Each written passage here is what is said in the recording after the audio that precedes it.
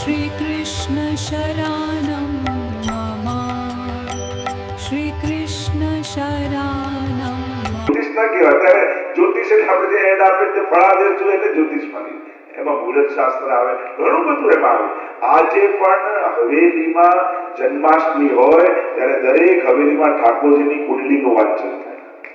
આજે પણ ચૈત્રનો એકમ આવે, સંવત્સર શરૂ થાય ત્યારે ટિપ્પણી વંચાય. આજે પણ આપણું ગ્રહણ છે, ક્ષય તિથિ છે, વૃદ્ધિ તિથિ, આ બધું જ્યોતિષ જ છે. આ બધું જ્યોતિષ જ કહેવાય. એનાથી તો તિથિ પ્રમાણે સેવા કરીએ છીએ કે એકમ આવી, બીજ આવી, ત્રીજ આવી, આનો ક્ષય આવ્યો, ગ્રહણ આવ્યું તો આ દાન કરો. આ બધું જ્યોતિષ છે. જ્યોતિષ વિશેની આપણી ધારણા ખોટી છે કે આપણે જે જ્યોતિષ માનીએ છીએ ને કે કોઈ આમ જોઈ કે બસ આ તને આ નડે છે એટલે આ કરી નાખે એટલે આ થઈ જશે, એ પણ એનું એક અંગ છે. ઘણી વાર શું થયું કે જોનારા ખોટા લોકો આવ્યા તો લોકોએ શાસ્ત્રોને બદનામ કર્યા. શાસ્ત્ર તો વેદાંત છે, વેદનું અંગ છે. ઉલટાનો આપણે કૃષ્ણ જન્મની કથા કહીએ તો અથ સર્વ ગુણોપેત કાલમ વર્ષોવનમ, કે ઉત્તમ કાળ આવ્યો, ગ્રહ નક્ષત્રો એના સ્થાને ગોઠવાયા, આ બધું બોલીએ છીએ. એટલે જ્યોતિષ ક્યાંય કોઈ ખોટું નથી. એ તો આપણું ખરેખર હિન્દુ ધર્મનું ગૌરવ રહી શકાય એવું સ્થાન છે કે હવે દૂરબીનો ગોતાયા, હવે આ બધું ગોતાયું. તો હજારો વર્ષ પહેલા આપણી પાસે વિજ્ઞાન હતું કે ક્યારે ગ્રહણ થશે, ક્યારે અમાસ આવશે, ક્યારે પૂનમ આવશે. એ બધું આજે પણ આટલા વર્ષો 10 વર્ષ પછી ક્યારે ગ્રહણ આવશે આજે આપણા જ્યોતિષો ગણીને કહી શકે. આખું ખગોળ વિજ્ઞાન કેટલું પ્રભાવશાળી આપણી પાસે. પૃથ્વી ગોળ છે, હમણાં 200 વર્ષ પહેલા વૈજ્ઞાનિકોએ ગોતવી, પણ આપણે 1000 વર્ષ પહેલા કહીએ છીએ ભૂગોળ. પૃથ્વી ગોળ છે. આપણે તો હજારો વર્ષ પહેલા 7 દ્વીપો, 7 ખંડ, આ બધું હવે લોકો ગોતે છે. બાકી આપણે તો ભાગવતજીમાં વર્ણિત છે બધું. ભાગવતજીના 5મ સ્કંદમાં આખું જ્યોતિષ શાસ્ત્રનું વર્ણન. એટલે જ્યોતિષ શાસ્ત્ર તો બહુ ગહન છે. કઈ નાના સુનાના ખેલ નથી. આ તો લોકો ખાલી એડવર્ટાઇઝ કરીને ખાલી ફળાદે જુએ. જ્યોતિષ ખાલી એટલું ના કહેવાય, એની આખું ગણિત છે, અદભુત ગણિત છે. અને માણસ 50 વર્ષ જીવશે એવું કદાચ ડોક્ટર કહી શકે, પણ 50 વર્ષ એના કેવા જશે એ આપણે ગ્રહ પરથી કહી શકીએ. એની લાઈફની ક્વોલિટી કેવી હશે. તો આ બધું વિજ્ઞાન છે. આપણે તો દરેક ભાગવતજી, ગીતાજી, રામાયણ આ બધામાં જુઓ તમે તો દરેકમાં જ્યોતિષ વણાયેલું છે, વેદાંત છે. એટલે જ્યોતિષને ખોટું નહીં માનવું. જ્યોતિષીઓ ખોટા હોઈ શકે. હવે કોઈ મેડિકલ સાયન્સમાં ડિગ્રી વગર પ્રેક્ટિસ કરતો હોય ડોક્ટર અને કંઈક ખોટું કરે, તમે તો બધા મેડિકલ ડોક્ટર વગર જવું જ નહીં ને, કેસ બગાડી નાખે. તો ડોક્ટર ખોટો હોઈ શકે, મેડિકલ સાયન્સ થોડી ખોટું હોય. એમ જ ઘણી વાર ધર્મમાં એવું થઈ જાય, ખોટા વ્યક્તિઓ પાસે જવા દે લોકો ધર્મને ખોટું માને. એના એટલા બધા પ્રશ્નોત્તરીનું સત્સંગ ચાલે એટલે ખાસ કહીશું કે સમાધાન પણ જીવનમાં કોની પાસે લેવા જોઈએ. પ્રશ્નો જાગવા ખરાબ નથી, જાગવા જ જોઈએ. હવે અર્જુનને મોહ થયો અને અર્જુનને મોહ થયો પૂછવા ધૃતરાષ્ટ્રને ગયો હતો કે યુદ્ધ લડું કે ના લડું, કેવી ગીતા મળી, વિચાર કરો. પણ ભાગ્યશાળી હતો કે કૃષ્ણ બાજુમાં હતા. એમ જ આપણા ધર્મમાં જ્યારે પણ જિજ્ઞાસા જાગે તો છે ઓથેન્ટિક પર્સન નથી, જેને પોતાનું નોલેજ પૂરું નથી, એની પાસે અડધું કાચું પ્રશ્નનું સમાધાન મેળવી આપણા મનમાં શંકા ઉતારી વધી જાય છે. જો અજ્ઞાનીને પૂછશો તો શંકાને અશ્રદ્ધામાં ફેરવી દેશે. જ્ઞાનીને પૂછશો, ઓથેન્ટિક પર્સનને પૂછશો તો શંકાને શ્રદ્ધામાં ફેરવશે. મૂળ વાત શંકા ખોટું નથી. એ શંકા ક્યાં પ્રસ્તુત કરી, કોની આગળ પ્રસ્તુત કરી, એ બહુ જ મહત્વનું. એના કરતા ના પૂછવું સારું. વિપરીત જ્ઞાન કરતા અજ્ઞાન સારું. પણ આ ખોટું માઇન્ડમાં ઘુસાડી દે ને કોઈ, આ અપરસ વિશે, આ પુષ્ટિમાં કેટલું હમણાં સુધી 80% વાળી મહેનત તો એ જ દૂર કરવામાં જાય છે કે આવું નથી. ખોટી માન્યતાઓ દૂર કરવામાં જ 80%, 20% જ નવું જ્ઞાન આપી શકીએ. પણ જે જૂનું ઘૂસી ગયું છે, ઘૂસી બી એટલે કોઈ ખોટા નતા, પણ આપણે મરજાદીને મોટા ભગવતીઓને જોયા એટલે એમ છે કે આ કરો તો જ સાચો પુષ્ટિ માર્ગ, મિશ્રી ધરો તો ખોટા. તો એવું નથી હોતું. કેજીમાં બાળક હોય, ફર્સ્ટમાં હોય, સેકન્ડમાં પીએચડી હોય, પણ પીએચડી વાળાની બુક જોઈને કેજી વાળાના હાથમાં આવે તો ગભરાઈ જાય. એટલે કે સ્કૂલે જવું જ નથી, આમ કોણ વાંચે. અને આપણે એવું કહ્યું આપણે પુષ્ટિ માર્ગ નહીં ફાવે, પણ પીએચડી ની બુક લેવાની જરૂર જ નથી. કેજીમાં છો તો કેજી નું જ લો. અને એટલા માટે ઓથેન્ટિક પર્સન પાસે જઈને પૂછો ને. એટલે તમે પૂછો, સંકોચ ના રાખતા, વાત કરજો. અને તમારો પ્રશ્ન નાનો નથી, એને નાનો નહીં માનો. તમને નડે છે એટલે તમારા માટે મોટો. એટલે કોઈના પ્રશ્ન હસવું નહીં, જેને જેને જે શંકા હોય એને મને સતાવી દે છે. કેમ ન હોય? જાગીર સહજ છે, પણ જે જાણકાર છે, ઓથેન્ટિક પર્સન છે, એમની પાસે જઈને પૂછશો તો સારું સમાધાન મળશે અને સંશય શ્રદ્ધામાં ફેરવાશે. અને તો જે વાત કરી રહ્યા છે જ્યોતિષ ઈશની જ્યોતિ, એને જ્યોતિષ કહેવાય. જેમ અંધારું છે તો બેટરી વાળો સામે રસ્તો ન દેખાતો દેખાવા લાગે, એમ ભવિષ્યમાં શું થવાનું છે એ જાણી અને વ્યક્તિ જીવનમાં નિર્ણયો લે એના માટે આવે. જ્યોતિષ શાસ્ત્ર ખાલી ફલાદેશ નતું, આપણે ત્યાં કાળ ને દેવતા માને છે અને એટલા માટે ચોઘડિયું જોઈએ કે આ સારું ચોઘડિયું, આ બધું જ્યોતિષ જ છે, એ જ્યોતિષ જ છે. એટલે કે કાળ દેવતા મૂળમાં છે કે નહીં એ જોવાનું. જેમ હવે કોઈ તમે કાયમ એની પાસે માંગવા જતા હોય ના આપતો, પણ ક્યાંક મૂળમાં બેઠો તમે જો આપને ઠીક છે જા લઈ જાય, મૂળમાં આવે માણસ ના આપતો હોય તો આપી દે. તો ઉત્તમ ઘડીમાં કાર્ય કરવું એટલે શું? એ કાળ દેવતા મૂળમાં હોય ને તો ભાગ્યમાં ના હોય તો આપી દે. એટલે ઉત્તમ મુહૂર્તમાં એ કાર્ય કરે.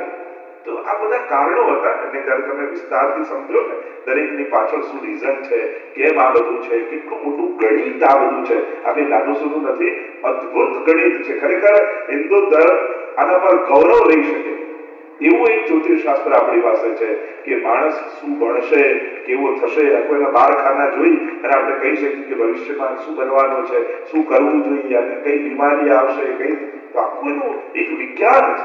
એટલે એને સાધારણ નહીં ગણવું, પણ જે સાચા જોનારા હોય, અને આપણે તો ભગવદ આશ્રયમાં રહીએ છીએ. જો આ બધું ક્યારે, જેને અનન્ય આશ્રય છે એને કઈ નથી, જેને અનન્ય આશ્રય નથી એના પર આપણે કોઈ કુદરતની બહારના લોકો તો છીએ.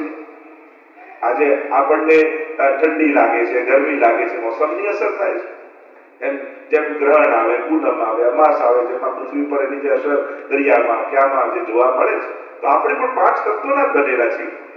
આખું જગતમાં 5 એલિમેન્ટ્સ જે છે એ તો કોમન ફેક્ટર છે બધાની અંદર, આપણે બધા એના જ છે.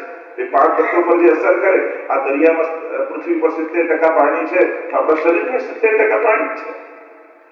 જેમ ત્યાં ઇફેક્ટ થાય છે એમ આપણા પર ઇફેક્ટ થાય છે. એમ દરેક ગ્રહ એક એક વસ્તુનું કારણ તો હતો, એમાં વિસ્તારમાં નથી જતો. પણ તમે રોજ ઠાકોરજીને વિશ્રી આરોગો છો. હવે ઠાકોરજીએ માટી ખાધી, મુખ ખોલ્યું તો બધા ગ્રહ નક્ષત્રો યશોદાજીને પ્રભુના મુખમાં દેખાય. આ રોજ વિશ્રી આરોગાવો છો ને તો તમારા બધા ગ્રહની શાંતિ એમ જ થઈ જાય છે. આ રોજ લાલનને આરોગાવો ને તમારે 9 ગ્રહની શાંતિ વિશ્રી ખાઈ ખાઈને એવા મીઠા થઈ જાય કે નડવાની જગ્યાએ મદદે આવી જાય. અને એટલા માટે પ્રભુને આરોગાવું, ત્યાં બધું જ અંદર છે, તેમાં આપણું બધું થઈ જાય. આગળનો ક્વેશ્ચન છે, ઠાકોરજીની સન્મુખ ભેટ ફક્ત પારણા જન્માષ્ટમીમાં અને પવિત્ર બારસના દિવસે જ થાય, બાકી સન્મુખ ભેટ કેમ ન મુકાય? એટલે 4 ભેટ હોય છે, આવું ખાલી ત્યારે જ નહીં, પવિત્ર આવે, દિવાળી માઠડીમાં પણ આવે. તો આજે 4 ભેટ જન્માષ્ટમીમાં, તો 4 વખત ભેટ ધરતા. મૂળ ન ધરવાનું કારણ શું હોય કે પ્રભુની ધરેલી ભેટ આ તમારા ઘરમાં તમે ધરો, પછી એનું શું કરો? હવે એનાથી જો શૃંગાર લાવો તો ઠાકોરજીના વૈશાખ ઠાકોરજી ડાયા કહેવાય. અને એટલા માટે એ ભેટનો વિશેષ કોઈ વિનિયોગ અને તમારા જ લાલચ. આ તમે ભેટ જઈને અહીંયા જયારે બધાના માથે બિરાજતા હોય સત્સંગમાં કે હવેલીમાં, જ્યાં ભેટ ધરો તો પ્રભુ સુધી પહોંચે. આ તો તમારા જ લાલચ છે ને, તમારે જ એને સેવવાના છે. એટલે તમારા દ્રવ્યથી એની સેવા થાય એવો ભાવ તમારો, અને પ્રભુને ધર્યું હોય પ્રભુનું દ્રવ્ય થઈ જાય. અને એનાથી લાવો તો ઠાકોરજીના દ્રવ્યથી ઠાકોરજીનું લાયા કહેવાય. અને એટલા માટે આપણી સેવાનો અંગીકાર પ્રભુને થાય એટલે વિશે, અને આપણા માથે જ બિરાજે છે, આપણા જ ઘરે બિરાજે છે, આપણી સાથે જ રહે છે. અને એટલા માટે જુદી ભેટ વ્યવસ્થા છે. બાળક માટે આપણે જુદું નથી રાખતા, એમ ઠાકોરજી માટે પણ જુદું ન રાખતા. આપણી ભેટનો અંગીકાર ઠાકોરજી, આપણી સેવાનો અંગીકાર દરેક વસ્તુમાં થાય એટલા માટે વિશેષ ભેટનો ક્રમ નથી હોતો. કે શ્રી ઠાકોરજીએ ટચલી આંગળીએ ગોવર્ધન પર્વત ઉચક્યો છે, એ શું ખરેખર સાચું છે કે પછી પૌરાણિક વાર્તા છે? અમારા માટે આવા ક્વેશ્ચનનો લોજિક આન્સર શું હોય અને કેવી રીતે આપવો જોઈએ? એટલે વેદ અને પુરાણ આ બંનેમાં ફરક. વેદમાં શબ્દોનું મહત્વ, પુરાણમાં અર્થોના મહત્વ. તો ગોવર્ધન આપણી તો નિશ્ચિત વાત છે, તમે બ્રજમાં આવો ગિરાજ બાબા બિરાજેલા છે, ધારણ કરેલો છે, તો એ તો નિશ્ચિત વાત છે. જો કૃષ્ણને ભગવાન રૂપે સ્વીકારતા હો તો ભગવાન માટે કોઈ વસ્તુ ઇમ્પોસિબલ નથી, પણ તમે મનુષ્ય તરીકે જુઓ છો તો પછી આધ્યાત્મિક અર્થ ઘટન એના ગોવર્ધન લીલા. ગો એટલે ઇન્દ્રિયો, ગો એટલે જ્ઞાન, ગો એટલે ભક્તિ. એટલે કે ઘણી વાર આપણા જીવનમાં આવતા સંકટો રૂપી પર્વતો ઠાકોરજી ઉચકી લેતા હોય છે. આપણે જ્યારે અનન્ય આશ્રય રાખીએ ત્યારે આપણા સંકટોના જે પર્વતો છે ને, દુઃખનો પહાડ તૂટી પડે, આપણે નથી કહેતા દુઃખનો પર્વત તૂટી ગયો, દુઃખના પહાડ મારા માથે છે, તો એ દુઃખના પહાડથી બચાવે કોણ, રક્ષા કોણ કરે? તો કે જ્યારે ઠાકોરજીના આશ્રયમાં જાઓ તે પર્વત પ્રભુ ઉચકી રાખે અને તમને પોતાના આશ્રયમાં સુરક્ષિત કરે છે.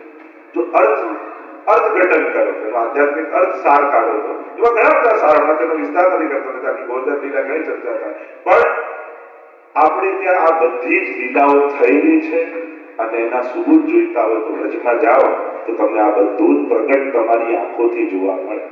એટલે ભગવાન માટે ગિરરાજી ધારણ કરવા એ આપણા માટે મોટી વાત હોઈ શકે, એના માટે કઈ મોટું નથી. અને એટલા માટે કોઈ પણ વસ્તુ આશ્ચર્ય શું લાગે, હવે તમે એક વસ્તુ એમ કહો કે એક વ્યક્તિ ન્યુઝીલેન્ડમાં છે અને એ વ્યક્તિ સીધો અમેરિકામાં કોઈને જોઈએ શકે અને વાતે કરી શકે. આવું કઈ થતું હશે? શું અંધશ્રદ્ધાની પુરાણની વાતો કરું છું, આજે કરીએ જ છે, આજે મોબાઈલના માધ્યમથી આપણે કરીએ જ છે. વિમાનનો કોઈ ધર્મ ગ્રંથોમાં ઉલ્લેખ નતો, ખાલી હિન્દુ ધર્મોમાં કે આ રીતે વિમાનમાં ઉડીને જવાય એવું ખાલી હિન્દુ પેલામાં ઉલ્લેખ છે. તો બધા પેલા જુનું જ માનતા, આજે આપણે બધા કરીએ જ. એટલે ઘણી વાર ઘણા સમય બાદ આપણે જેને અઘટિત માનતા હોઈએ એ ઘટના ઘટી પણ શકે છે. સમર્થ વ્યક્તિ જે જૂના લોકો, આપણે હવે ડાયનાસોરની વાત કરીએ તો કેવું કેવું હતું, સાતોથી કલ્પના છે, આ છે, તો હવે અવશેષો મળ્યા તો આપણે માની કે આટલું મોટું પ્રાણી હોય. એવી દુનિયામાં ઘણી અજાયબીઓ છે કે માણસે સર્જેલી છે. તમે 7,000 જુઓ તો એટલે છે કે તમને ઘણી વસ્તુ ઇમ્પોસિબલ બી લાગતી. હમણાં બાળકોને બપોરે જ વાત કરતો હતો, બંને નાના બાળકો હતા, બધું અમે આફ્રિકા જઈએ છીએ તો ત્યાં નેરોબી પાસે મચાકોસ નામની જગ્યા છે, ત્યાં ઓપોઝિટ ગ્રેવિટી છે. આમ ઢાળ છે, તમે પાણી નાખો તો નીચે આવો તો ઉપર જાય, તમે કાર બંધ કરી દો તો કાર ઉપર જાય, ઢાળની ઉપર નહીં જાય. બોલ બી નાખો ને તો નીચે જાવ એટલે ઉપર જાય, તો પાણી રેડો તમે ઉપર જાય, તમે પાણી ના શકો. દુનિયામાં એવી ઘણી વસ્તુ છે કે જ્યારે તમે ફીલ કરો છો, અનુભવો છો, ત્યારે સંભવ થઈ શકે છે. એટલે કોઈ પણ વસ્તુને એકદમથી નકારી નહીં દેવી, જ્યાં સુધી તમે એના પર રિસર્ચ ન કરો. એકદમથી હાય નહીં પાડવી, એકદમથી નાય નહીં પાડવી. આપણને કોઈ વસ્તુ સમજમાં નથી આવતી એનો અર્થ એ ખોટી થઈ જાય છે એવું નહીં માનવું, એમાં ઊંડા એટલે તમે જાઓ, તમે વનમાં ગયા, તમે જોયું, તમે ભાગવતજીનું અધ્યયન કર્યું, તમે કૃષ્ણ તત્વને સમજ્યા, ત્યારે એ સમજો કોઈ મહાપુરુષ પાસેથી, ત્યારે તમને બધું સંભવ થતું લાગે. અને એટલા માટે કોઈ વસ્તુ ના સમજાય તો એ વસ્તુને ખોટી ન કરાય, આપણી સમજને ખોટી કરાય. કોઈ ગ્રંથમાં આપણને શંકા છે, આ બધા ગ્રંથો ખોટા એટલે મૂકી ન દેવાય. આ ગ્રંથો કેમ સમજવું, પોતાની બુદ્ધિને ડેવલપ કરાય કે જેથી આ વાત મને સમજમાં. તો એ રીતે રિસર્ચ કરવું જોઈએ, એને પોઝિટિવલી જોવું જોઈએ. તો ભગવાને મુશ્કેલો બી છે ગિરિરાજજી, અને તમે એના ફિલોસોફિકલ અર્થો કરો તો એના પણ અર્થ થઈ શકે. આગળનો ક્વેશ્ચન, અમારા ઘરમાં શિવજીની સ્થાપના મંદિરમાં હતી, કારણ અમે શિવપંથી છીએ. પછી બીજી વહુ પુષ્ટિ માર્ગી હોવાથી લાલાની સેવા પણ આવી. હવે મંદિરમાં શિવજી અને ઠાકોરજી બંને સાથે બિરાજે છે. આ સંજોગોમાં શું તકેદારી જરૂરી છે? આસ્થા બંનેની સરખી, પણ કોઈ પણ ભૂલ ના થાય એનું શું ધ્યાન રાખવું જોઈએ? એટલે સૌથી પહેલા તો એકબીજાની શ્રદ્ધાનો આદર કરતા શીખવા. આપણે ઠાકોરજીને માનીએ એટલે બીજા ખોટા નથી થઈ જતા. એટલે સૌથી પહેલા દરેકની શ્રદ્ધાને આદર કરતા શીખવા, કોઈનું પણ અપમાન ન થાય એ સાવધાન થાય. શિવજીની શિવજીની રીતે પૂજા થાય, ઠાકોરજીની ઠાકોરજીની રીતે સેવા થાય. હવે તમે ઠાકોરજીને પન્નાવા પધરાવો, મહાદેવજી રહી ગયા, શિવજીને એ ગભરાઈ જશે કે હું અજન્મા ને અમર છું, મારા પન્ના ક્યાંથી કરે. એટલે જેની શાસ્ત્રોમાં જે રીતે વિધાન બતાવ્યા હોય એ આપણે શું વિચાર, હું ફલાણાને કરી તો આપણે ખોટું ના લાગે, તો આવું ખોટું કઈ નથી લાગતું.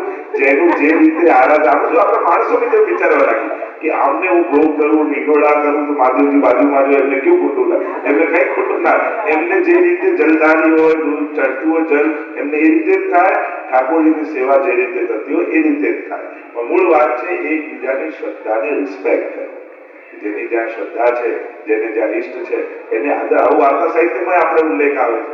ઘણા બધા એવા વાર્તા, એક રામજીને માનતા, એક ઠાકોરજીને માનતા, બંને ઝઘડતા તો ઠાકોરજી પ્રગટ થઈને સમાધાન કરો કે અમે એની સાથે જ છીએ, તું તમે ક્લેશ ન કરો. તો પ્રભુના નામે કે શ્રદ્ધાના નામે ક્લેશ કે ઝઘડો ન થવો.